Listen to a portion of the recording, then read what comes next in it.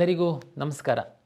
ಕರ್ನಾಟಕ ಪರೀಕ್ಷಾ ಪ್ರಾಧಿಕಾರ ಪ್ರತಿ ವರ್ಷ ಸಾಮಾನ್ಯ ಪ್ರವೇಶ ಪರೀಕ್ಷೆಯನ್ನು ನಡೆಸಿ ಅದರ ಒಂದು ರ್ಯಾಂಕ್ ಆಧಾರದ ಮೇಲೆ ಪರೀಕ್ಷೆಯನ್ನು ನಡೆಸುವಂಥದ್ದಕ್ಕೆ ಈಗಾಗಲೇ ನಾವು ಡೇಟನ್ನು ಅನೌನ್ಸ್ ಮಾಡಿದ್ದೀವಿ. ಹಾಗೂ ಜನವರಿ 17ರಿಂದ ಫೆಬ್ರವರಿ 16ನೇ ತಾರೀಕಿನವರೆಗೆ ವಿದ್ಯಾರ್ಥಿಗಳಿಗೆ ಅಪ್ಲಿಕೇಶನ್ ಹಾಕುವಂಥದ್ದಕ್ಕೆ ನಾವು ವ್ಯವಸ್ಥೆಯನ್ನು ಕಲ್ಪಿಸಿದ್ವಿ. ಕಳೆದ ವರ್ಷ ಸಹ ನಾನು ಈ ಕೌನ್ಸಿಲಿಂಗ್ ಪ್ರಕ್ರಿಯೆಯಲ್ಲಿ ಭಾಗಿಯಾಗಿದ್ದರಿಂದ ಅದರ ಹಿಂದಿನ ವರ್ಷ ಸಹ ನಾನು ಈ ಕೌನ್ಸಿಲಿಂಗ್ ನಡೆಸುವಂತಹ ಸಂದರ್ಭದಲ್ಲಿ ವಿದ್ಯಾರ್ಥಿಗಳು ಹಾಗೂ ಪೋಷಕರು ಯಾವ್ಯಾವ ರೀತಿ ಕೌನ್ಸಿಲಿಂಗ್ ಸಂದರ್ಭದಲ್ಲಿ ಸಮಸ್ಯೆಗಳನ್ನ ಎದುರಿಸಿದರು, ಯಾಕೆ ಕೌನ್ಸಿಲಿಂಗ್ ಸಂದರ್ಭದ ಈಗಿನ್ನೂ ಅಪ್ಲಿಕೇಶನ್ ಸಂದರ್ಭ ಇದೆ, ಈಗ ಯಾಕೆ ಕೌನ್ಸಿಲಿಂಗ್ ಬಗ್ಗೆ ಅಂತ ತಮಗೆಲ್ಲ ಗೊತ್ತಿರುವಂತೆ ಕರ್ನಾಟಕ ಪರೀಕ್ಷಾ ಪ್ರಾಧಿಕಾರ ಅಪ್ಲಿಕೇಶನ್ ಕೌನ್ಸಿಲಿಂಗ್ ಮಾಡ್ಯೂಲನ್ನು ಡೆವಲಪ್ ಮಾಡಿದೆ. ತಮಗೆಲ್ಲ ಗೊತ್ತಿರುವಂತೆ ನೀವು ಅಪ್ಲಿಕೇಶನ್ ಹಾಕುವಂಥ ಸಂದರ್ಭದಲ್ಲಿ ಯಾವುದೆಲ್ಲ ಮಾಹಿತಿಯನ್ನು ತಾವು ಕೊಡ್ತೀರಾ ಅದೇ ಮಾಹಿತಿಯನ್ನು ಆಧರಿಸಿ ಮುಂದೆ ನಾವು ಕೌನ್ಸಿಲಿಂಗ್ ಮಾಡುವಂಥದ್ದು. ಒಂದು ವೇಳೆ ಈಗ ನೀವೇನಾದ್ರೂ ಅಷ್ಟು ಸೀರಿಯಸ್ ಇಲ್ಲದೇ ಅಪ್ಲಿಕೇಶನ್ ಅಷ್ಟೇ ಎಲ್ಲ ಕೌನ್ಸಿಲಿಂಗ್ ಬಂದಾಗ ನೋಡೋಣ ಅಂತಂದರೆ ಆವಾಗ ನಿಮಗೆ ಮತ್ತೆ ಮಾಡಲಿಕ್ಕೆ ಅವಕಾಶ ಇರಲ್ಲ. ಅದಕ್ಕಾಗಿ ಎಲ್ಲ ವಿದ್ಯಾರ್ಥಿಗಳು ಪೋಷಕರು ಈ ಅಪ್ಲಿಕೇಶನ್ನಲ್ಲಿ ಸರಿಯಾದ ಒಂದು ಜ್ಞಾನವಿಟ್ಟು ಸರಿಯಾದ ಮಾಹಿತಿಯನ್ನು ತುಂಬುವಂಥದ್ದು ನಿಮ್ಮ ಮುಂದಿನ ಕೌನ್ಸಿಲಿಂಗ್ ಪ್ರಕ್ರಿಯೆ ಸರಳವಾಗಿ ನಡೆಯಲಿಕ್ಕೆ ತುಂಬ ಸಹಾಯ ಆಗುತ್ತೆ. ಗ್ರಾಮೀಣ ಪ್ರದೇಶದ ನಗರ ಪ್ರದೇಶದ ಎಲ್ಲ ವಿದ್ಯಾರ್ಥಿಗಳು ನಮ್ಮ ಒಂದು ಅರ್ಜಿ ಸಲ್ಲಿಸೋದ್ರಿಂದ ಹೆಚ್ಚಿನದಾಗಿ ನಾವು ಗ್ರಾಮೀಣ ಪ್ರದೇಶದ ವಿದ್ಯಾರ್ಥಿಗಳಿಗೆ ಅನುಕೂಲ ಆಗುವ ಹಿನ್ನೆಲೆಯಲ್ಲಿ ಸಾಕಷ್ಟು ಈ ಬಾರಿ ನಾವು ಸುಧಾರಣಾ ಕ್ರಮಗಳನ್ನು ಅಳವಡಿಸ್ಕೊಂಡಿದ್ದೀವಿ. ತಮಗೆಲ್ಲ ಗೊತ್ತಿರುವಂತೆ ಈ ಪಾರದರ್ಶಕವಾಗಿ ನಡೀಬೇಕು, ಈ ಕೆಲವರೆಲ್ಲ ಏನು ಬೇರೆ ಬೇರೆ ರೀತಿ ಈ ಒಂದು ದುರುಪಯೋಗ ಪಡಿಸ್ಕೊಳ್ಳುವಂಥದ್ದನ್ನು ತಡೆಗಟ್ಟಬೇಕು. ಈ ಹಿನ್ನೆಲೆಯಲ್ಲಿ ನಾವು ಆಧಾರ್ ಬೇಸ್ಡ್ ಅಪ್ಲಿಕೇಶನ್ ಅಂತಂದರೆ ನೀವು ಆಧಾರ್ ನಂಬರು ತಮಗೆಲ್ಲ ಗೊತ್ತಿದೆ. ಇವತ್ತು ಭಾರತೀಯ ನಾಗರಿಕನಾಗಿದ್ದು 100% ಎಲ್ಲರೂ ಆಧಾರ್ ಕಾರ್ಡನ್ನು ತೆಗೆದುಕೊಂಡಿದ್ದಾರೆ. ತಾವು ಆಧಾರ್ ನಂಬರ್ ಹಾಕಿದರೆ ತಮ್ಮ ಆಧಾರ್ ನಂಬರು ಮೊಬೈಲಿಗೆ ಲಿಂಕ್ ಆಗಿದೆ ಅದಕ್ಕೆ OTP ಬರುತ್ತೆ. ಅದರ ಆಧಾರದ ಮೇಲೆ ತಾವು ಅಪ್ಲಿಕೇಶನ್ ನ್ಯೂ ರಿಜಿಸ್ಟ್ರೇಷನನ್ನು ಮಾಡ್ತೀರಾ. ನಾವೀಗಾಗಲೇ ತಮಗೆ ಎಲ್ಲ ಮಾಧ್ಯಮಗಳ ಮೂಲಕ ತಮಗೆ ತಿಳಿಸಿದ್ದೀವಿ. ಆಧಾರಲ್ಲಿರುವಂತಹ ಹೆಸರು, SSLC ಮಾರ್ಕ್ಸ್ ಕಾರ್ಡಲ್ಲಿರುವಂತಹ ಹೆಸರು ಹಾಗೂ SSLC ಮಾರ್ಕ್ಸ್ ಕಾರ್ಡಲ್ಲಿರುವಂತಹ ಜನ್ಮ ದಿನಾಂಕ ಮತ್ತು ಆಧಾರ್ ಕಾರ್ಡಲ್ಲಿರುವಂತಹ ಜನ್ಮ ದಿನಾಂಕ ಒಂದೇ ಇರುವಂತೆ ದಯಮಾಡಿ ಪೋಷಕರು ನೋಡ್ಕೊಳ್ಬೇಕು. ಜೊತೆಗೆ ತಾವು ತಹಶೀಲ್ದಾರ್ ಆಫೀಸಿಂದ ಜಾತಿ ಮತ್ತು ಆದಾಯ ಪ್ರಮಾಣ ಪತ್ರವನ್ನು ತೆಗೆದುಕೊಳ್ತೀರಾ. ಅದರಲ್ಲಿ ವಿದ್ಯಾರ್ಥಿ ಹೆಸರು, ತಂದೆ ಹೆಸರು ಮತ್ತು ತಾಯಿ ಹೆಸರು ಬರುತ್ತೆ. ಆ ವಿದ್ಯಾರ್ಥಿ ಹೆಸರು ಮತ್ತು ತಂದೆ ಹೆಸರು ಈ SSLC ಮಾರ್ಕ್ಸ್ ಕಾರ್ಡಲ್ಲಿ ಇರುವಂತೆ ತಾವು ನೋಡ್ಕೊಳ್ಬೇಕು. ಇದು ನಿಮಗೆ ಬೇಸಿಕ್ ನಿಮ್ಮ ಅಪ್ಲಿಕೇಶನ್ ಸುಗಮವಾಗಿ ನೀವು ಸಲ್ಲಿಸಲಿಕ್ಕಿರುವಂಥದ್ದು ಒಂದು ಮಾರ್ಗ. ದಯಮಾಡಿ ಇದನ್ನು ತಾವು ವಿಶೇಷ ಕಾಳಜಿಯಿಂದ ನೋಡ್ಕೊಳ್ಳಿ. ಏಕೆಂದರೆ ಆಧಾರಲ್ಲಿ ಏನೋ ಬೇರೆ ಹೆಸರು, SSLCನಲ್ಲಿ ಬೇರೆ ಹೆಸರು, ಈಗ ಅಪ್ಲಿಕೇಶನ್ ಹಾಕುವಾಗ ತಾವು ನೋಡ್ತೀರಾ ಆವಾಗ ತುಂಬ ಟೆನ್ಷನ್ನು, ಪ್ಯಾನಿಕ್ಕು, ಗಡಿಬಿಡಿ ಏನು ಮಾಡ್ಕೊಳ್ಳೋ ಅಗತ್ಯ ಇಲ್ಲ. ಏನಾದ್ರೂ ತಪ್ಪಾಗಿತ್ತು ಅಂತಂದರೆ ಆಧಾರದ ಸರಿ ಮಾಡಿಸ್ಕೊಳ್ಳುವಂಥದ್ದಕ್ಕೂ ಅವಕಾಶ ಇದೆ. ಮತ್ತು ನಿಮ್ಮ ಮಗುವಿನ ಭವಿಷ್ಯದ ದೃಷ್ಟಿಯಿಂದ ಸಹ ಇದು ಸಹಾಯ ಆಗುತ್ತೆ. ಯಾಕೆಂದರೆ ಮುಂದೆ ನಿಮ್ಮ ಸರ್ಕಾರಿ ನೌಕರಿಗಿರ್ಬೋದು, ಹೈಯರ್ ಎಜುಕೇಷನಿಗಿರ್ಬೋದು, ಈ ಎಲ್ಲ ಸಂದರ್ಭದಲ್ಲಿ ನಿಮ್ಮ SSLC ಮಾರ್ಕ್ಸ್ ಕಾರ್ಡು ಬಹಳ ಇಂಪಾರ್ಟೆಂಟ್ ಇರುತ್ತೆ. ಅದೇ ರೀತಿ ಇತ್ತೀಚಿನ ದಿನಗಳಲ್ಲಿ ಆಧಾರ್ ಕಾರ್ಡ್ ಸಹ ತುಂಬ ಇಂಪಾರ್ಟೆಂಟ್ ಇದೆ. ನೀವು SSLC ಮಾರ್ಕ್ಸ್ ಕಾರ್ಡು ಹೆಸರು, ಇಲ್ಲಿ ಹೆಸರು ಎಲ್ಲ ಬೇರೆ ಬೇರೆ ಇದ್ದರೆ ನಾಳೆ ಸಹ ನೀವು ಫೇಸ್ ಮಾಡಬೇಕಾಗುತ್ತೆ. ಹಾಗಾಗಿ ದಯಮಾಡಿ ಈ ಹೆಸರುಗಳು ಇರುವಂಥದ್ದು ಸರಿಯಾದನ್ನು ತಾವು ಚೆಕ್ ಮಾಡ್ಕೊಳ್ಳಿ. ಒಂದು ಎರಡನೇದು ಬಹುಮುಖ್ಯವಾಗಿರುವಂಥದ್ದು, ನಮ್ಮ ಹಿಂದಿನ ಪರೀಕ್ಷಾ ಸಂದರ್ಭದಲ್ಲಿ ನಾವು ಗಮನಿಸಿದಂತೆ ನಾವು ಹಿಂದೆ ಸಾಕಷ್ಟು ದಾಖಲೆಗಳನ್ನ ತಮಗೆ ಅಪ್ಲೋಡ್ ಮಾಡೋದಕ್ಕೆ ಹೇಳ್ತಾಯಿದ್ರು. ನೀವು ಅಪ್ಲೋಡ್ ಮಾಡೋದ್ರಲ್ಲೇ ಸುಸ್ತಾಗಿ ಹೋಗ್ಬಿಡ್ತಿದ್ರಿ. ಅದಕ್ಕೆ ನಾವು ಜಸ್ಟ್ ಸಿಗ್ನೇಚರು ಮತ್ತು ಫೋಟೋ ಮಾತ್ರ ಅಪ್ಲೋಡ್ ಮಾಡೋದಕ್ಕೆ ಹೇಳಿದ್ದೀವಿ. ತಾವು ಫೋಟೋ ಜಾಗದಲ್ಲಿ ಸಿಗ್ನೇಚರ್ ಜಾಗದಲ್ಲಿ ಫೋಟೋ ಅಪ್ಲೋಡ್ ಮಾಡುವಂಥದ್ದು. ನಾನು ನಾಳೆ ಹಾಲ್ ಟಿಕೆಟ್ ಬಿಟ್ಟಂಥ ಸಂದರ್ಭದಲ್ಲಿ ಕಂಪ್ಯೂಟರಿಗೇನು ಗೊತ್ತಾಗಲಿಕ್ಕಿಲ್ಲ, ಹಾಗಾಗಿ ನಾವು ಫೋಟೋ ಜಾಗದಲ್ಲಿ ಸಿಗ್ನೇಚರ್ ಬಂದುಬಿಡುತ್ತೆ. ಪರೀಕ್ಷೆಗೆ ನೀವು ಬರಬೇಕು ಅಂತಂದರೆ ನಿಮಗೆಲ್ಲ ಗೊತ್ತಿದೆ, ನಾವೀಗಾಗಲೇ AI ಟೆಕ್ನಾಲಜಿ ಬಳಸಿ ಯಾರು ಅರ್ಜಿ ಹಾಕಿದ್ದಾರೆ ಅವರೇ ಪರೀಕ್ಷೆ ಬರೀಲಿಕ್ಕೆ ಬರ್ತಾ ಇದ್ದಾರಾ ಅಂತನ್ನುವಂಥದ್ದು ಪರೀಕ್ಷಾ ಕೇಂದ್ರದ ಹೊರಗಡೆ ನಾವು ಚೆಕ್ ಮಾಡ್ತಾಯಿದ್ದೀವಿ. AI ಬೇಸ್ಡ್ ಚೆಕ್ ಮಾಡಿ ಅಲ್ಲಿ ನೀವು ಫೋಟೋ ಅಪ್ಲೋಡ್ ಮಾಡಿಲ್ಲ ಸರಿಯಾದ ರೀತಿಯಲ್ಲಿ ಅಂತಂದರೆ ನಮಗೆ ಅಲ್ಲಿ ಸಮಸ್ಯೆ ಆಗುತ್ತೆ, ನಿಮಗೆ ಪರೀಕ್ಷೆ ಬರೆಯುವಂಥ ಸಂದರ್ಭದಲ್ಲಿ ಸಮಸ್ಯೆ ಆಗುತ್ತೆ. ಜೊತೆಗೆ ನಾವು ಇನ್ನೂ ಒಂದು ಈ ಬಾರಿ ಇಂಪ್ಲಿಮೆಂಟ್ ಮಾಡಿದ್ವಿ, ತಮಗೆಲ್ಲ ಗೊತ್ತಿದೆ. ಯಾರು ಪರೀಕ್ಷೆ ಬರೆದಿದ್ದಾನೆ ವಿದ್ಯಾರ್ಥಿ, ಅದೇ ವಿದ್ಯಾರ್ಥಿ ಕಾಲೇಜಿಗೆ ಹೋಗಿ ಅಡ್ಮಿಷನ್ ಆಗಬೇಕು. ಅದೇ ಫೋಟೋನ ನಾವು ಕಾಲೇಜಲ್ಲಿ ಸಹ ಕ್ಯಾಪ್ಚರ್ ಮಾಡಿದ್ವಿ.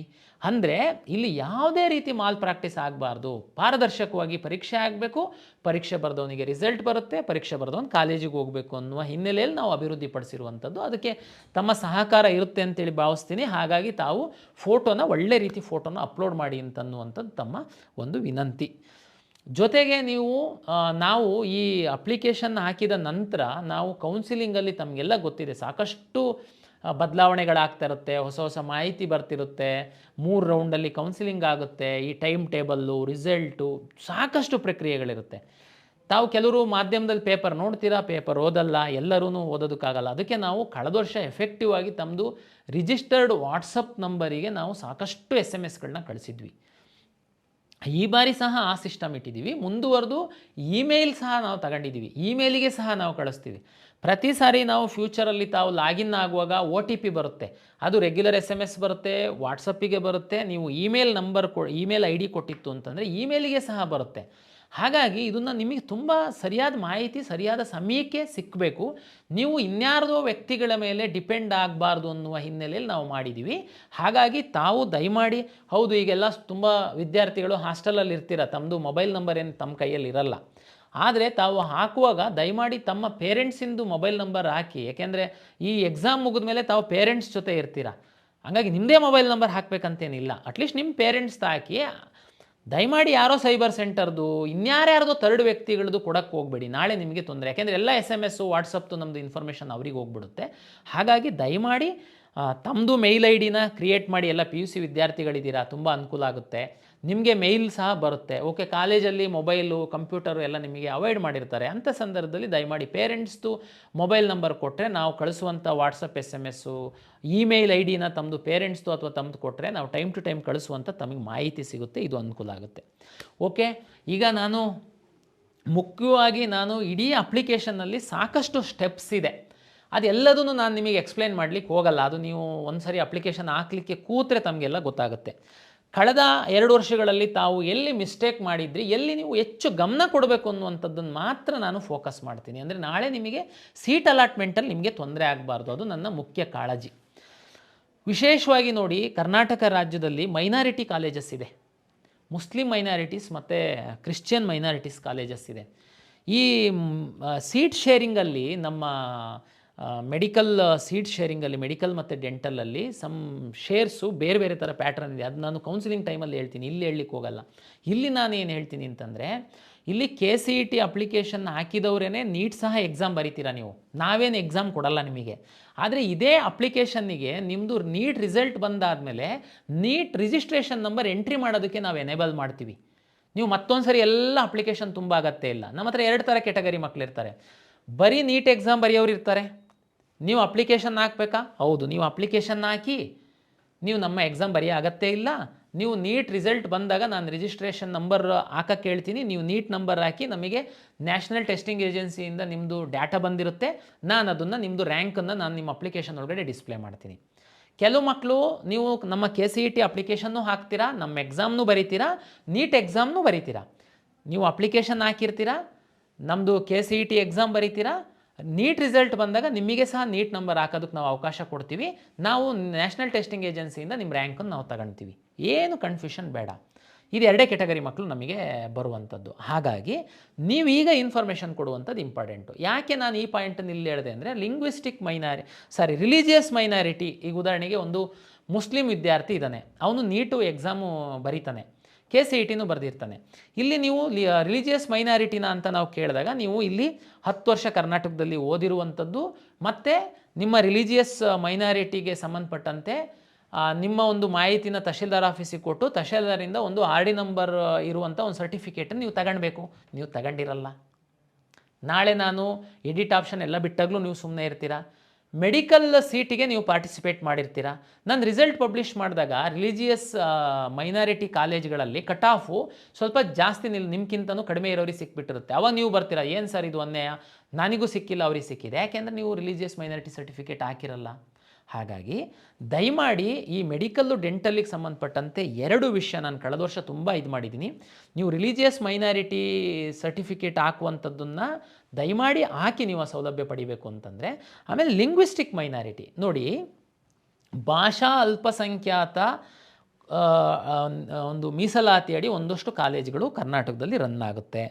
ತಮಗೆಲ್ಲ ಗೊತ್ತಿರುವಂತೆ ಕರ್ನಾಟಕದಲ್ಲಿ ತಮಿಳು, ತೆಲುಗು, ಉರ್ದು ಮತ್ತು ತುಳು, ಕೊಡವ ಇದಕ್ಕೆ ಮಾತಾಡುವಂತಹ ಏನು ಅಲ್ಪಸಂಖ್ಯಾತರಿದ್ದೀರಾ, ಈ ಭಾಷೆಯನ್ನು ಮಾತಾಡುವಂಥವರು ನೀವು 1ರಿಂದ 12th ಸ್ಟ್ಯಾಂಡರ್ಡ್ ತನಕ ಯಾವುದಾದ್ರೂ ಒಂದು ಬೋರ್ಡ್ ಎಕ್ಸಾಮ್ ಮಾಡಿರಬೇಕು ಮತ್ತು 10 ವರ್ಷ ಕರ್ನಾಟಕದಲ್ಲಿ ಓದಿರಬೇಕು. ಇದಕ್ಕೆ ನೀವು ಸರ್ಟಿಫಿಕೇಟ್ ಹಾಕಬೇಕು. ಈ ಕಾಲೇಜ್ಗಳಲ್ಲಿ ನೀವು ಮೆಡಿಕಲ್ ಆರ್ ಡೆಂಟಲ್ ಸೀಟ್ ತಗೊಳ್ಬೇಕು ಅಂತಂದರೆ ನೀವು ಲಿಂಗ್ವಿಸ್ಟಿಕ್ ಮೈನಾರಿಟಿ ಸರ್ಟಿಫಿಕೇಟ್ನ ಹಾಕಬೇಕು. ಈ ಸರ್ಟಿಫಿಕೇಟು 1 to 10th ಅಂತಂದರೆ ನಿಮ್ಮ HM ಹಾಕ್ತಾರೆ, ಇವರು ಇಂಥ ಭಾಷೆ ಮಾತೃಭಾಷೆ ಇವ್ರದ್ದಿದೆ ಅಂತ, ಅದು BO ದೃಢೀಕರಣ ಮಾಡ್ತಾರೆ. ಫಸ್ಟ್ PUC ಸೆಕೆಂಡ್ PUCದು ನಿಮ್ಮದು ಕಾಲೇಜ್ ಪ್ರಿನ್ಸಿಪಾಲ್ ಸೈನ್ ಮಾಡ್ತಾರೆ, ಅದನ್ನು ನಿಮ್ಮ DDPU ಕೌಂಟ್ರ್ ಸೈನ್ ಮಾಡ್ತಾರೆ. ಇದು ಯಾವುದೇ ಆನ್ಲೈನ್ ಇಶ್ಯೂ ಆಗಲ್ಲ, ಆಫ್ಲೈನ್ ಮಾಡುವಂಥದ್ದು. ಈ ಸರ್ಟಿಫಿಕೇಟನ್ನು ಹಾಕಿ ನೀವು ಲಿಂಗ್ವಿಸ್ಟಿಕ್ ಮೈನಾರಿಟಿ ಕ್ಲೈಮ್ ಮಾಡಿತ್ತು ಅಂತಂದರೆ ಈ ಲಿಂಗ್ವಿಸ್ಟಿಕ್ ಮೈನಾರಿಟಿ ಕಾಲೇಜ್ ಏನಿದೆ ಮೆಡಿಕಲ್ ಡೆಂಟಲ್ಲು, ಅಲ್ಲಿ ನೀವು ಸೀಟನ್ನು ನಿಮಗೆ ತಗೊಳ್ಳುವಂಥದ್ದಕ್ಕೆ ಅನುಕೂಲ ಆಗುತ್ತೆ. ರೇಷಿಯೋ ಜಾಸ್ತಿ ಇರುತ್ತೆ, ನಿಮ್ಮದು ಕಟ್ ಆಫ್ ಸ್ವಲ್ಪ ಕಡಿಮೆ ಇರುತ್ತೆ. ನೀವು ಅಪ್ಲಿಕೇಶನ್ ಹಾಕುವಾಗ ನೀವು ಇದನ್ನು ಹಾಕದೆ ನಮ್ಮದು ಕೌನ್ಸಿಲಿಂಗ್ ಫಸ್ಟ್ ರೌಂಡ್ ಶುರು ಆದಮೇಲೆ ನೀವು ಬಂದು ನಮಗೆ ತುಂಬ ರಿಕ್ವೆಸ್ಟ್ ಮಾಡ್ತೀರಾ, ಆವಾಗ ದಯಮಾಡಿ ತಾವು ಅರ್ಥ ಮಾಡ್ಕೊಳ್ಳಿ. ಕೌನ್ಸಿಲಿಂಗ್ ಶುರು ಆದಮೇಲೆ ನಾವು ಮಧ್ಯದಲ್ಲಿ ಯಾರಿಗೆ ಬಿಡಲ್ಲ. ಅಂದರೆ ಉದಾಹರಣೆಗೆ ನೀವು ರಿಸಲ್ಟ್ ಬಿಟ್ಟಾದಮೇಲೆ ಫಸ್ಟ್ ರೌಂಡ್ ರಿಸಲ್ಟ್ ಬರುತ್ತೆ, ಬಂದಾದಮೇಲೆ ನಿಮಗೆ ರಿಯಲೈಸ್ ಆಗಿಬಿಡುತ್ತೆ, ಓ ನಾನು ಲಿಂಗ್ವಿಸ್ಟಿಕ್ ಮೈನಾರಿಟಿ ಹಾಕ್ಬಿಟ್ಟಿತ್ತು ಅಂದರೆ ನನಗೆ ಸೀಟ್ ಸಿಕ್ಬಿಡ್ತಿತ್ತು ಇಂಥ ಕಾಲೇಜಲ್ಲಿ ನಾನು ಹಾಕಿ, ಆವಾಗ ನೀವು ತಂದೆ ತಾಯಿ ಕರ್ಕೊಂಬರ್ತೀರಾ. ಆವಾಗ ನಾವು ಮಾಡೋದಕ್ಕೆ ಆಗಲ್ಲ, ಮಧ್ಯದಲ್ಲಿ ನಿಮಗೆ ತೋರಿಸೋದಕ್ಕೆ ಬರಲ್ಲ. ಒಂದು ಸರಿ ಕೌನ್ಸಿಲಿಂಗ್ ಶುರು ಆದಮೇಲೆ ರಿಸಲ್ಟ್ ಅನೌನ್ಸ್ ಮಾಡಿದ ಮೇಲೆ ಸೆಕೆಂಡ್ ರೌಂಡ್ ತನಕ ಮಧ್ಯದಲ್ಲಿ ಯಾರಿಗೆ ಬಿಡಲ್ಲ. ಹಾಗಾಗಿ ದಯಮಾಡಿ medical, dental, linguistic and religious minority ಇನ್ಸ್ಟಿಟ್ಯೂಷನ್ಸಲ್ಲಿ ಸೀಟು ಪಡೆಯುವಂತಹ ವಿದ್ಯಾರ್ಥಿಗಳು ದಯಮಾಡಿ ನಮ್ಮ ವೆಬ್ಸೈಟಲ್ಲಿ ಈ ಸರ್ಟಿಫಿಕೇಟ್ಗಳು ಡ್ರಾಫ್ಟ್ ಪ್ರತಿಗಳನ್ನ ಹಾಕಿದ್ದೀವಿ, ಅದನ್ನು ಡೌನ್ಲೋಡ್ ಮಾಡ್ಕೊಂಡು ಆ ಸರ್ಟಿಫಿಕೇಟನ್ನು ತೆಗೆದುಕೊಂಡು ಇಟ್ಕೊಳ್ಳಿ. ಇದು ಬಹಳ ಇಂಪಾರ್ಟೆಂಟ್ ಇದೆ. ಮತ್ತು ಅಪ್ಲಿಕೇಶನ್ ಹಾಕುವಾಗ ಸಹ ತಾವು ಹಾಕಬೇಕು. ಮತ್ತು ಇನ್ನೊಂದು ಇಂಪಾರ್ಟೆಂಟ್ ವಿಷಯ, SC ST ಮತ್ತು ಕೆಟಗರಿ 1 ಮಕ್ಕಳಿಗೆ, SC ST ಅವರಿಗೆ 10 ಲಕ್ಷದ ತನಕ ಆದಾಯ ಇದ್ದಂಥವರಿಗೆ ನೀವು ಇಂಜಿನಿಯರಿಂಗು ಯಾವುದು ನಮ್ಮದು medical, engineering, dental, pharm sciences ಯಾವುದು ಸೀಟ್ ತಗೊಳ್ಳಿ, ನಿಮಗೆ ಫೀಸ್ ಕಟ್ಟುವಂಥ ಅಗತ್ಯ ಇಲ್ಲ ನಮ್ಮಲ್ಲಿ. ನೀವು ಫೀಸ್ ಕಟ್ಟಬೇಕು ಯಾವಾಗ, ಸೋಷಲ್ ವೆಲ್ಫೇರ್ ಡಿಪಾರ್ಟ್ಮೆಂಟಿಂದ ನಿಮಗೆ ಫೀಸು ರೀಎಂಬರ್ಸ್ ಆದಮೇಲೆ ನೀವು ಫೀಸ್ ಕಟ್ಟಬೇಕು. ನಮ್ಮ ಸರ್ಕಾರಿ ಕೋಟಾದ ಸೀಟುಗಳನ್ನು ಪಡೆಯುವಂತಹ ವಿವಿಧ ಪ್ರೊಫೆಷನಲ್ ಕೋರ್ಸ್ಗಳ SC ST ವಿದ್ಯಾರ್ಥಿಗಳು ತಮ್ಮ ಕುಟುಂಬದ ಆದಾಯ 10 ಲಕ್ಷದಕ್ಕಿಂತ ಒಳಗಿದ್ದಲ್ಲಿ ತಾವು ಕೌನ್ಸಿಲಿಂಗಲ್ಲಿ ಸೀಟ್ ಸಿಕ್ಕಿದ ನಂತರ ಕಾಲೇಜಿಗೆ ಹಾಗೇ ಹೋಗಿ ತಾವು ಜಾಯಿನ್ ಆಗಬೇಕು. ಸೋಷಲ್ ವೆಲ್ಫೇರ್ ಡಿಪಾರ್ಟ್ಮೆಂಟಿಂದ ನಿಮಗೆ ಫೀಸ್ ಬಂದ ನಂತರ ಆ ಕಾಲೇಜಿಗೆ ಕಟ್ಟಬೇಕು. ಏನಾಗುತ್ತೆ ವಿದ್ಯಾರ್ಥಿಗಳು, SC ಸರ್ಟಿಫಿಕೇಟು ಬೇರೆ, SC ಆದಾಯ ಪ್ರಮಾಣ ಪತ್ರ ಬೇರೆ. ಈ ವಿದ್ಯಾರ್ಥಿಗಳು ಏನು ಮಾಡ್ತೀರಾ, ನೀವು ಕ್ಯಾಶ್ ಸರ್ಟಿಫಿಕೇಟ್ ಅಂತ ಅಪ್ಲೈ ಮಾಡ್ತೀರಾ, ನಿಮಗೆ ಕ್ಯಾಶ್ ಸರ್ಟಿಫಿಕೇಟ್ ಕೊಡ್ತಾರೆ. ಈ ಉದ್ಯೋಗದಲ್ಲೆಲ್ಲ ಏನು, SC ST ಸರ್ಟಿಫಿಕೇಟ್ ಇದ್ದರೆ ಸಾಕು, ಇನ್ಕಮ್ ಇಂಪಾರ್ಟೆಂಟ್ ಇಲ್ಲ.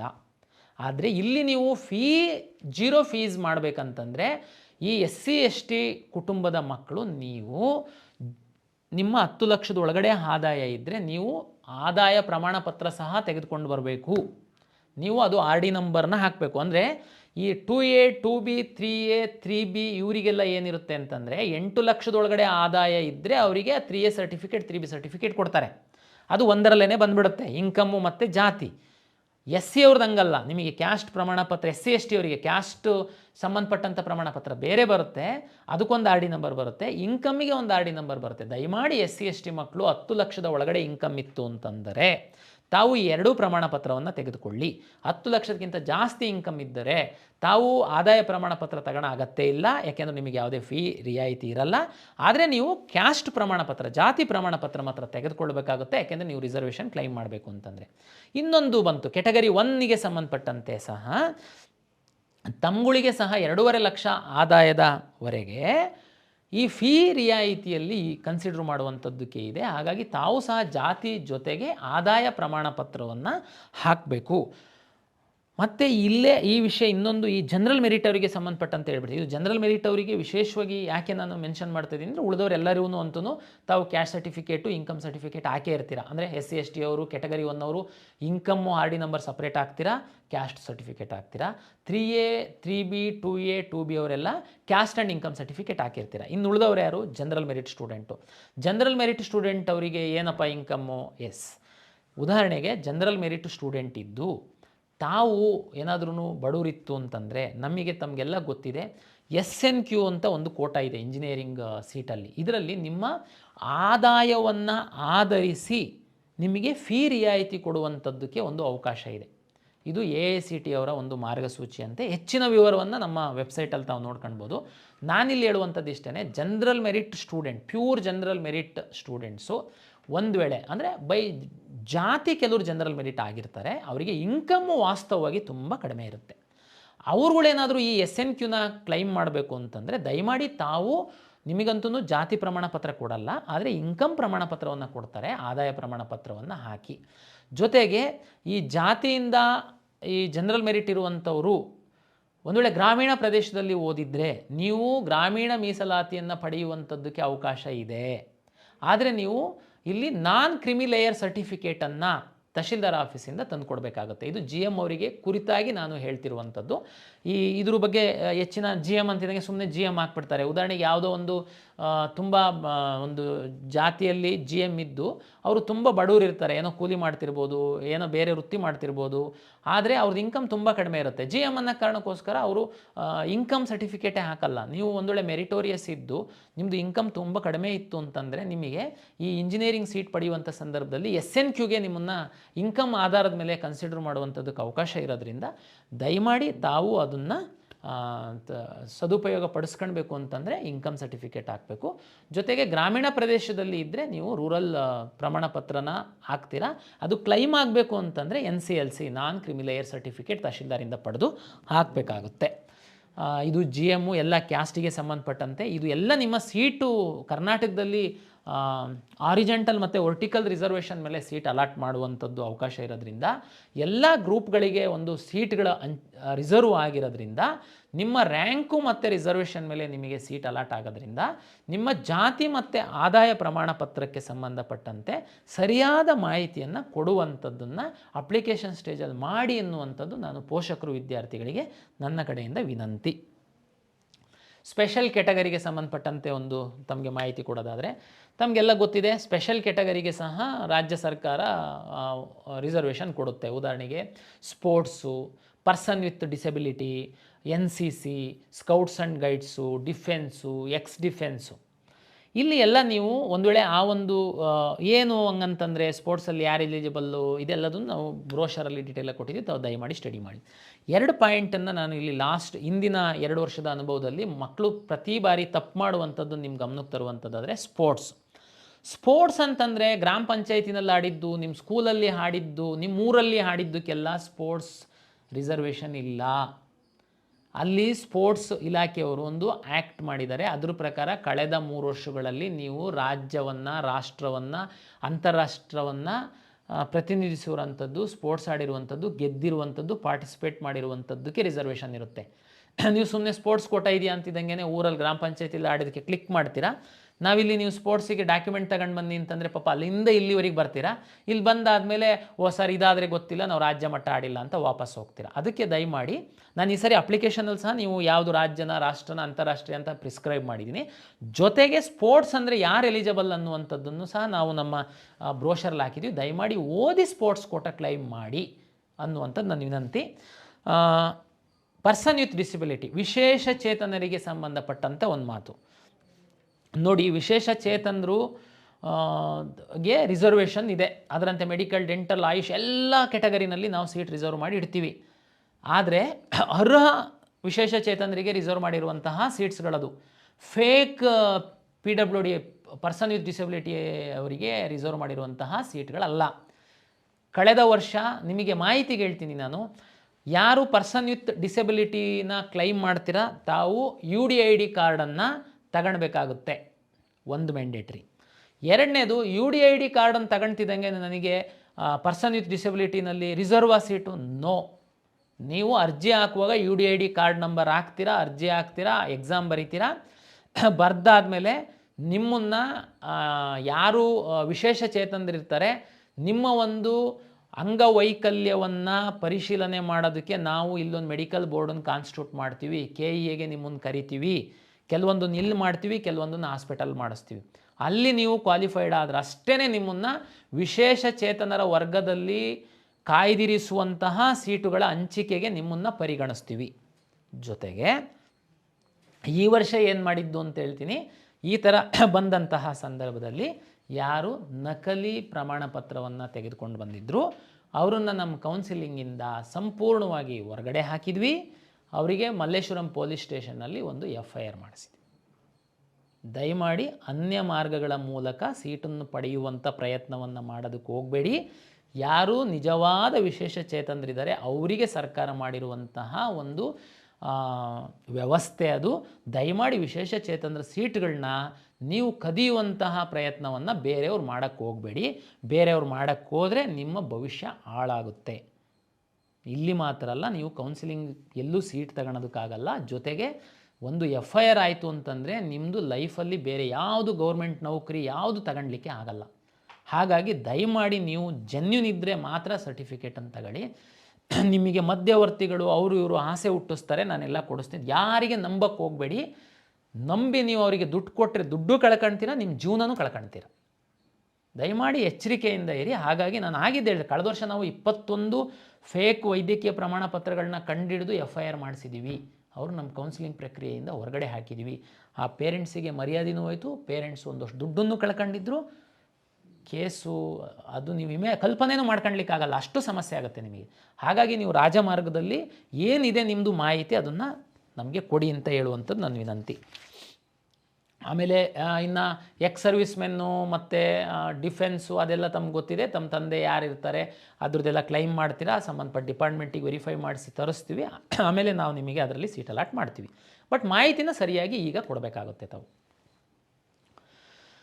ನಾವು ವಿದ್ಯಾರ್ಥಿಗಳು ಕ್ಯಾಸ್ಟು ಇನ್ಕಮ್ಮು 371J ಗೆಲ್ಲ ಸಂಬಂಧಪಟ್ಟಂತೆ, ಜೊತೆಗೆ ಯಾರು ಸ್ಯಾಟ್ಸಲ್ಲಿ ಇದೆ ನಂಬರು ಅವ್ರದ್ದೆಲ್ಲದೂ SSLC ರಿಜಿಸ್ಟರ್ ನಂಬರ್ ಹಾಕಿದರೆ PU SSLC ಬೋರ್ಡಿಂದ PU ಬೋರ್ಡಿಂದ ನಮಗೆ ಡಾಟಾ ಬರುತ್ತೆ, ವೆರಿಫಿಕೇಷನ್ ಆಗುತ್ತೆ. ಕನ್ನಡ ಮೀಡಿಯಮ್ಮು, ರೂರಲ್ಲು, ಈ ಲಿಂಗ್ವಿಸ್ಟಿಕ್ ಮೈನಾರಿಟಿ ಇನ್ನೂ ಆನ್ಲೈನಲ್ಲಿ ಸರ್ಟಿಫಿಕೇಟ್ ಇಶ್ಯೂ ಆಗ್ತಿಲ್ಲ. ಅವ್ರುಗಳು ದಾಖಲೆನ ನಾವು ಪರಿಶೀಲನೆ ಮಾಡಬೇಕಾಗುತ್ತೆ. ಒರಿಜಿನಲ್ಸನ್ನು ಎಲ್ಲರನ್ನೂ KEAಗೆ ಕರೆಯುವಂಥದ್ದು, BO ಆಫೀಸಿಗೆ ಕಳಿಸುವಂಥದ್ದು, DDPI ಆಫೀಸಿಗೆ ಕಳಿಸುವಂಥದ್ದು ಸೂಕ್ತ ಅಲ್ಲ. ಹಾಗಾಗಿ ನಾವು ನಿಮ್ಮ ಕಾಲೇಜುಗಳ ಪ್ರಾಚಾರ್ಯರಿಗೇ ನಾವು ಲಾಗಿನ್ ಕೊಡ್ತೀವಿ.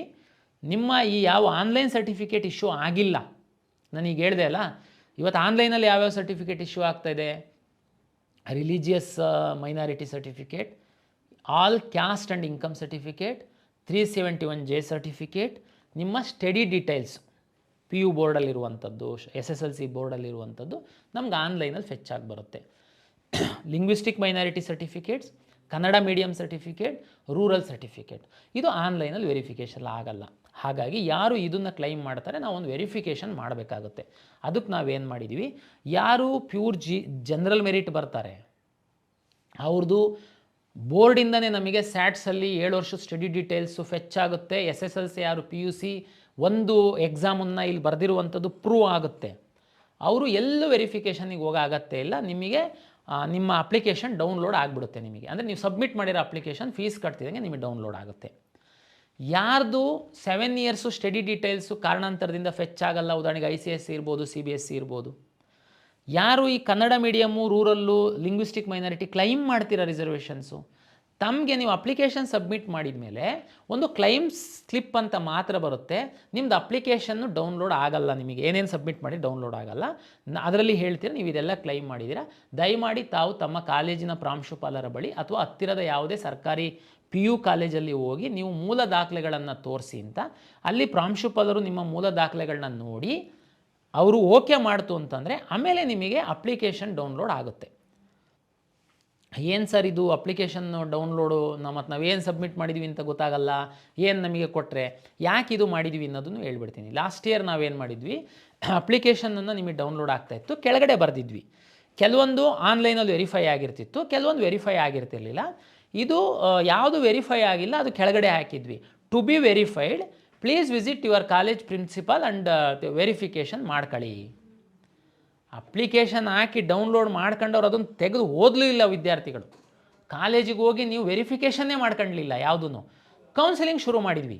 ಶುರು ಮಾಡ್ತಿದ್ದಂಗೆ ಲಾಗಿನ್ ಆದರೆ ಅಲ್ಲಿ ನಿಮ್ಮದು ಸ್ಟಾಪ್ಡ್ ಫ್ರಮ್ ಕೌನ್ಸಿಲಿಂಗ್ ಅಂತ, ಇವ್ರದ್ದು ಸರ್ವರ್ ಸರಿ ಇಲ್ಲ, ಅದು ಸರಿ ಇಲ್ಲ, ಇದು ಸರಿ ಇಲ್ಲ, ಬೊಬ್ಬೆ. ತೆಗೆದು ನೋಡಿದರೆ ನೀವು document verify, Kannada medium claim ಮಾಡಿದ್ದೀರಾ, ನೀವು ಕಾಲೇಜಿಗೆ ಹೋಗಿ ಅದನ್ನು ತೋರಿಸೇ ಇಲ್ಲ. ಲಿಂಗ್ವಿಸ್ಟಿಕ್ ಕ್ಲೈಮ್ ಮಾಡಿದ್ದೀರಾ, ಕಾಲೇಜಿಗೆ ಹೋಗಿ ತೋರಿಸೇ ಇಲ್ಲ. ಇಲ್ಲಿ ಬಂದು ನೀವು ಹಂಗೆ, ನಾನು ಎಷ್ಟೋ ವಿದ್ಯಾರ್ಥಿಗಳಿಗೆ ಫೋನ್ ಮಾಡಿದವರಿಗೆ ಜಸ್ಟ್ ನಿಮ್ಮ ಅಪ್ಲಿಕೇಶನಲ್ಲಿ ಲಾಸ್ಟಲ್ಲಿ ನೋಡಿ ಅಂತ ಹೇಳೋದು. ಅಲ್ಲಿ ನೀವು ಕಾಲೇಜಿಗೆ ಹೋಗಿ ವೆರಿಫೈ ಮಾಡಿಸ್ಕೊಳ್ಳಿ ಅಂತ ಬರೆದಿದೆ ಸರ್, ಹೋಗಿದ್ದೀರಾ? ಇಲ್ಲ ಸರ್, ಹೋಗಲಿಲ್ಲ. ಅದಕ್ಕೇ ಈ ಸರ್ ನಿಮಗೆ ಅಪ್ಲಿಕೇಶನ್ನೇ ಕೊಡಲ್ಲ ನಾನು. ಕ್ಲೈಮ್ ಯಾರು GM ಇದ್ದೀರಾ, ನಿಮ್ಮದು 7 ಇಯರ್ಸ್ ಸ್ಟಡಿ ಬಂದಿದೆ, ಒಂದು any 10th or PU board exam ಆಗಿರೋದು ಬಂದಿದೆ, ನಿಮಗೆ ಅಪ್ಲಿಕೇಶನ್ ಬರುತ್ತೆ, ನೀವೆಲ್ಲೂ ವೆರಿಫಿಕೇಷನಿಗೆ ಹೋಗೋ ಅಗತ್ಯ ಇಲ್ಲ. ನಿಮಗೆ ಆಲ್ ಟಿಕೆಟ್ ಬರುತ್ತೆ, ಮುಂದೊಂದು ದಿನ ನಿಮಗೆ ಕೌನ್ಸಿಲಿಂಗ್ ಶುರುವಾದಾಗ ನಿಮಗೆ ವೆರಿಫಿಕೇಷನ್ ಸ್ಲಿಪ್ ಸಹ ಬರುತ್ತೆ, ಇನ್ಕ್ಲೂಡಿಂಗ್ ರ್ಯಾಂಕ್ಸು ಅದರಲ್ಲಿ ಇನ್ಕಾರ್ಪೊರೇಟ್ ಆಗಿ. ಯಾರು ಯಾವುದಾದ್ರೂ ರಿಸರ್ವೇಷನ್ ಕ್ಲೈಮ್ ಮಾಡಿದ್ದೀರಾ, ದಯಮಾಡಿ ತಾವು ಕಾಲೇಜಿಗೆ ವಿಸಿಟ್ ಮಾಡಿ ಒರಿಜಿನಲ್ ರಿಸರ್ವೇಷನ್ ಏನು ಕ್ಲೈಮ್ ಮಾಡಿದ್ದೀರಾ ಕನ್ನಡ ಮತ್ತು ರೂರಲ್ ಲಿಂಗ್ವಿಸ್ಟಿಕ್ ಇದ್ರದ್ದು ತೋರಿಸ್ಬೇಕು. ಅಲ್ಲಿ ವೆರಿಫೈ ಆದಮೇಲೆ ನಿಮಗೆ ಅಪ್ಲಿಕೇಶನ್ ಬರುತ್ತೆ. ಈ ಸರಿ ನಾವು ಕಳೆದ ವರ್ಷ ಯಾರೆಲ್ಲ ವೆರಿಫಿಕೇಷನ್ ಮಾಡಿದ್ರು ಅವ್ರದ್ದೆಲ್ಲದೂ ಆಟೋ ಫೆಚ್ ಆಗಂಗೆ ಮಾಡಿದ್ದೀವಿ. SSLC ಮಾರ್ಕ್ಸ್ ಕಾರ್ಡ್ದು ರಿಜಿಸ್ಟ್ರೇಷನ್ ನಂಬರ್ ಹಾಕಿದ್ರೆ ಒಂದು ವರ್ಷ ನಿಮಗೆ ಆಟೋ ಫೆಚ್ ಆಗುತ್ತೆ. ಫಿಲ್ ಮಾಡುವಂಥದ್ದನ್ನು ತುಂಬ ಕಡಿಮೆ ಮಾಡಿದ್ದೀವಿ. ಅಪ್ಲೋಡ್ ಮಾಡುವಂಥದ್ದು ಫೋಟೋ ಮತ್ತು ಸಿಗ್ನೇಚರ್ ಮಾತ್ರ ಇಟ್ಟಿದ್ದೀವಿ. ಹಾಗಾಗಿ ಅಪ್ಲಿಕೇಶನ್ ತುಂಬ ಸರಳ ಆಗಿದೆ ಅಂತ ನಾನು ಭಾವಿಸಿದ್ದೀನಿ. ನೀವು ಅದನ್ನು ತುಂಬಲಿಕ್ಕೆ ಶುರು ಮಾಡಿದಾಗ ನಿಮಗೆ ಅದು ಎಕ್ಸ್ಪೀರಿಯನ್ಸ್ ಆಗುತ್ತೆ. ಗಡಿಬಿಡಿ ಮಾಡಬೇಡಿ, ನಾಳೆಯಿಂದ ಅಪ್ಲಿಕೇಶನ್ ಲೈವ್ ಮಾಡ್ತಾಯಿದ್ದೀವಿ. ಯಾರು ಪ್ಯೂರ್ GM ಇದ್ದೀರಾ ನೀವು ಬೇಕಾದರೆ ತುಂಬಿ. ಯಾವುದಾದ್ರೂ ರಿಸರ್ವೇಷನ್ ಕ್ಲೈಮ್ ಮಾಡುವಂಥವ್ರು ಈಗಾಗಲೇ ನಾನೇನು ಎಕ್ಸ್ಪ್ಲೈನ್ ಮಾಡಿದ್ದೀನಿ, ದಯಮಾಡಿ ಸಮಾಧಾನವಾಗಿ ಆ ಸರ್ಟಿಫಿಕೇಟ್ನೆಲ್ಲ ತೆಗೆದಿಟ್ಕೊಂಡು ಆಮೇಲೆ ಕಂಪ್ಯೂಟ್ರ್ ಮುಂದ್ಗಡೆ ಕೂತ್ಕೊಳ್ಳಿ. ಈಗ ಹೋಗೋದು, ಅರ್ಧ ಮಾಡೋದು, ಬಿಡೋದು, ಸುಮ್ಮನೆ ಈ ಕಡೆ ಓದೋದು ಆಗಲ್ಲ, ಈ ಕಡೆ ಟೆನ್ಷನ್ ಆಗುತ್ತೆ. ಅದ್ರ ಬದಲು ಏನೇನು ಅಪ್ಲಿಕೇಶನ್ಸಲ್ಲಿ ಏನೇನು ಡಾಕ್ಯುಮೆಂಟ್ ಬೇಕು ಅಂತನ್ನುವಂಥದ್ದಿದೆ, ಅದನ್ನೆಲ್ಲ ರೆಡಿ ಮಾಡಿ ಇಟ್ಕೊಂಡು ಕೂತ್ಕೊಂಡ್ರೆ ಅರ್ಧ ಗಂಟೆಯಲ್ಲಿ ನೀವು ಅಪ್ಲಿಕೇಶನ್ ತುಂಬೋದು. ನಾವು PCM ಆಧರಿಸಿ ಇಂಜಿನಿಯರಿಂಗ್ ರ್ಯಾಂಕ್ ಕೊಡ್ತೀವಿ, PCB ಆಧರಿಸಿ ವೆಟರ್ನರಿ ಕೆಲವೊಂದು ಕೋರ್ಸ್ಗಳಿಗೆ ಕೊಡ್ತೀವಿ, PCMB ಆಧರಿಸಿ ನಾವು ಅಗ್ರಿಕಲ್ಚರಿಗೆ ಕೊಡ್ತೀವಿ. ಹಂಗಾಗಿ ನೀವು ಕೆಲವರೆಲ್ಲರೂ ಯಾವ ಎಕ್ಸಾಮ್ ಬರೀಬೇಕು ಅನ್ನೋದನ್ನು ಕೇಳಿದ್ದೀವಿ. ಈ ನೀಟಿಗೆ ಸಂಬಂಧಪಟ್ಟಂಥದ್ದು ನಮಗೆ 2-3 ಥರದ ಕೆಟಗರಿ ವಿದ್ಯಾರ್ಥಿಗಳು ಬರ್ತೀರಾ. CET ಬರೀತೀರಾ, ನೀಟು ಬರೀತೀರಾ, CET ಬರೆಯೋದೇ ಇಲ್ಲ, ನೀಟನ್ನು ಮಾತ್ರ ಬರೀತೀರಾ. ಈ ನಮ್ಮ CET ಯಾವುದೂ ಬರೆಯಲ್ಲ, ನೀವು ಅಲೈಡ್ ಹೆಲ್ತ್ ಸೈನ್ಸಸ್ಸಿಗೆ ಮಾತ್ರ ನೀವು ಪಾರ್ಟಿಸಿಪೇಟ್ ಮಾಡಬೇಕು, ಅದಕ್ಕೆ ಬರೀ PUC ಮಾರ್ಕ್ಸ್ ಮೇಲೆ ರ್ಯಾಂಕ್ ಕೊಡ್ತೀವಿ. ಹಾಗಾಗಿ ಇದನ್ನು ನಾವು ಲಾಸ್ಟ್ ಪೇಜಲ್ಲಿ ನಮ್ಮ ಅಪ್ಲಿಕೇಶನಲ್ಲಿ ಮಾಡಿದ್ದೀವಿ. ನೀಟಿಗೆ ಮಾತ್ರ, ಬರೀ ನೀಟನ್ನು ಮಾತ್ರ ಬರೀತಿರೋರು ನೀವು ಈಗ ಅಪ್ಲಿಕೇಶನ್ ರಿಜಿಸ್ಟ್ರು ಮಾಡಿ ನೀಟ್ ರಿಜಿಸ್ಟ್ರ್ ನಂಬರ್ ಎಂಟ್ರಿ ಮಾಡೋದಕ್ಕೆ ಅವಕಾಶ ಈಗೇನಿರಲ್ಲ. ಗಡಿಬಿಡಿ ಅಕಸ್ಮಾತ್ ಈಗ ಮಾಡಲಿಲ್ಲ, ಏನು ಚಿಂತೆ ಮಾಡೋಕ್ಕೆ ಹೋಗಬೇಡಿ. ನೀವು ಬರೀ ನೀಟ್ ವಿದ್ಯಾರ್ಥಿಗಳಿಗೆ ನಾವು ಇದಾದಮೇಲೆ ಬರೀ ನೀಟ್ ವಿದ್ಯಾರ್ಥಿಗಳಿಗೆ ಸಹ 1 ವಾರ ವಿಂಡೋ ಓಪನ್ ಮಾಡ್ತೀವಿ. ಅದಕ್ಕೆ ಈಗ ಮಾಡಿಟ್ಟರೆ ತುಂಬ ಸಂತೋಷ. KCET ಎಕ್ಸಾಮು ಬರೀತಿರೋರು, ನೀಟು ಬರೀತಿರೋರು ದಯಮಾಡಿ ನೀವು KCET ಅಪ್ಲಿಕೇಶನ್ ಹಾಕುವಾಗ ಹಾಕಿ ನೀಟಿನ ತಲೆಬಿಸಿ ಮಾಡಬೇಡಿ. ನೀವು ನೀಟು ರಿಸಲ್ಟು ಬಂದ ನಂತರ ನಾವು ನಿಮಗೆ ನೀಟ್ ರಿಜಿಸ್ಟ್ರ್ ನಂಬರ್ನ ಲಿಂಕ್ ಮಾಡೋದಕ್ಕೆ ಕೊಡ್ತೀವಿ. ಆವಾಗ ಲಿಂಕ್ ಮಾಡಿದರೆ ಸಾಕು, ಅದು ಫೆಚ್ ನಾವು ಮಾಡ್ಕೊಂಡು ನಿಮ್ಮ ವೆರಿಫಿಕೇಷನ್ ಸ್ಲಿಪ್ಪಲ್ಲಿ ನೀಟ್ ರ್ಯಾಂಕ್ ಡಿಸ್ಪ್ಲೇ ಆಗಂಗೆ ನಾವು ಮಾಡ್ತೀವಿ. ಹಾಗಾಗಿ ಗಡಿಬಿಡಿ ಮಾಡಬೇಡಿ, ಆರಾಮಾಗಿ ನೀವು ಮಾಡಬೇಕು. ಆಮೇಲೆ ಫಾರ್ಮಸಿಗೆ ಸಂಬಂಧಪಟ್ಟಂತೆ ಡಿಪ್ಲೊಮೊ ಫಾರ್ಮಸಿದು ಸಹ ಸರಿ ಅಲೈಡ್ ಹೆಲ್ತ್ ಸೈನ್ಸಸ್ಸು ನರ್ಸಿಂಗ್ ಎಲ್ಲ ತಮ್ಗೆ ಗೊತ್ತಿದೆ, ನಮ್ಮ ಕಡೆಯಿಂದನೇ ಸೀಟ್ ಅಲಾಟ್ ಆಗ್ತಾಯಿದೆ. ಮುಂದಿನ ವರ್ಷ ಈ ಫಾರ್ಮಸಿಗೆ ಸಂಬಂಧಪಟ್ಟಂತೆ ಸಹ ನಾವು ನಿಮ್ಮ PUC ಮಾರ್ಕ್ಸ್ ಮೇಲೆ ಅಲಾಟ್ ಮಾಡುವಂಥದ್ದಿದೆ. ಅಥವಾ ಅಪ್ಲಿಕೇಶನ್ ನೋಡಿದರೆ ಗೊತ್ತಾಗುತ್ತೆ. ರಿಜಿಸ್ಟ್ರು ಮಾಡಿ. ಅಲೈಡ್ ಹೆಲ್ತ್ ಸೈನ್ಸಸ್ಸು ಮತ್ತು ಫಾರ್ಮಸಿ, B ಫಾರ್ಮಾ ಇದಕ್ಕೆಲ್ಲ ಸಂಬಂಧಪಟ್ಟಂತೆ ತಮಗೆಲ್ಲ ಗೊತ್ತಿದೆ. KCET ಬರೀದೆ ನಿಮ್ಮ PU ಮಾರ್ಕ್ಸ್ ಮೇಲೆ ನಾವು ರ್ಯಾಂಕನ್ನು ಕೊಡುವಂಥದ್ದು. ಅದಕ್ಕಾಗಿ ನೀವು ಅಲ್ಲಿ ಇನ್ಸ್ಟ್ರಕ್ಷನ್ಸ್ ನೋಡಿದರೆ ಗೊತ್ತಾಗುತ್ತೆ.